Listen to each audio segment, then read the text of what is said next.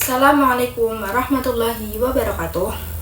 Perkenalkan, nama saya Citra Dwi Ramadhani dengan NIM 25502200025. Video ini dibuat untuk melengkapi tugas dasar ekonomi dengan dosen pengampu Ibu Julia Friani ME.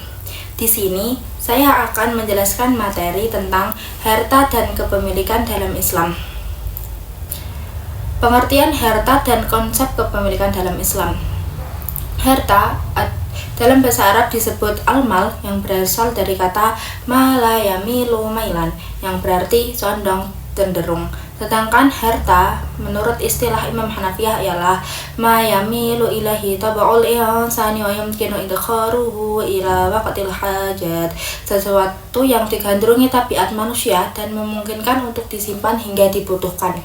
Menurut madhab Hanafiyah, harta adalah barang yang bisa disimpan, sedangkan milik adalah sesuatu yang bisa digunakan secara khusus tanpa campur tangan orang lain. Kepemilikan berasal dari malaka yang artinya menguasai, sehingga manusia boleh mengatur dan memanfaatkan harta selama tidak melanggar syariat, karena harta adalah amanah dari Allah Subhanahu wa Ta'ala. Kedudukan harta menurut Al-Quran. Harta termasuk 5 keperluan pokok manusia, yaitu jiwa, akal, agama, keturunan, dan harta. Menurut ulama usul fikih, Al-Quran memposisikan harta sebagai amanah dari Allah, perhiasan hidup, ujian iman, namun juga merendahkan akhlak jika disalahgunakan seperti riba. Terdapat pada Quran Surat Ali Imran ayat 130, penimbunan terdapat pada Quran Surat At-Taubah ayat 34, pemborosan terdapat pada Quran Surat Al-Isra 26, atau memakan harta secara batil seperti penipuan terdapat pada Quran Surat Al-Baqarah ayat 188, melanggar janji terdapat pada Quran Surat An-Nahl ayat 92, dan pencurian terdapat pada Quran Surat Al-Maidah ayat 38. Fungsi sosial harta dalam Islam. Yang pertama, memenuhi kebutuhan hidup. Harta sebagai karunia Allah untuk kehidupan seimbang diperoleh dan digunakan secara halal. Yang kedua, berbuat kebajikan sosial, digunakan untuk zakat, infak, sedekah, wakaf, guna membangun solidaritas dan pemerataan kekayaan. Ujian keimanan dan amanah, menguji ketaatan dalam perolehan halal dan pengelolaan sesuai syariat dengan mempertanggungjawabkan di akhirat. Yang keempat, penggerak kerjasama ekonomi, mendorong produksi, perdagangan, investasi halal, serta kemitraan untuk pertumbuhan ekonomi adil dan berkelanjutan. Prinsip dasar kepemilikan harta. Kepemilikan dibagi 2 prinsip utama. Yang pertama yaitu mutlak milik Allah, terdapat pada Quran Surat Ali Imran ayat 189. Bismillahirrahmanirrahim. Walillahi mulkus samawati wal ard wallahu ala kulli syai'in qadir. Artinya, milik Allah lah kerajaan langit dan bumi. Allah Maha Kuasa atas segala sesuatu. Kemudian ada juga manusia hanya pengelolaan sementara yang wajib diwariskan. Terdapat pada Quran Surat Al-Baqarah ayat 180. Bismillahirrahmanirrahim.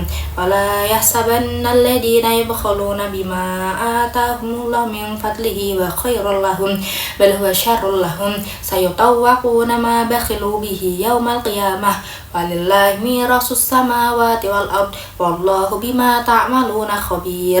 Artinya, jangan sekali-kali orang yang kikir dengan karunia Allah, dengan karunia yang Allah anugerahkan kepadanya mengira bahwa kekikiran itu baik bagi mereka. Sebaliknya, kekikiran itu buruk bagi mereka.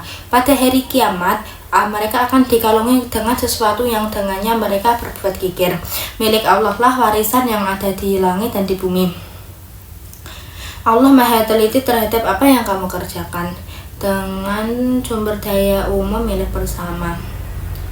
Yang kedua, kebolehan memiliki halal melalui penguasaan barang tak dimiliki, akad jual beli, hibah, atau waris.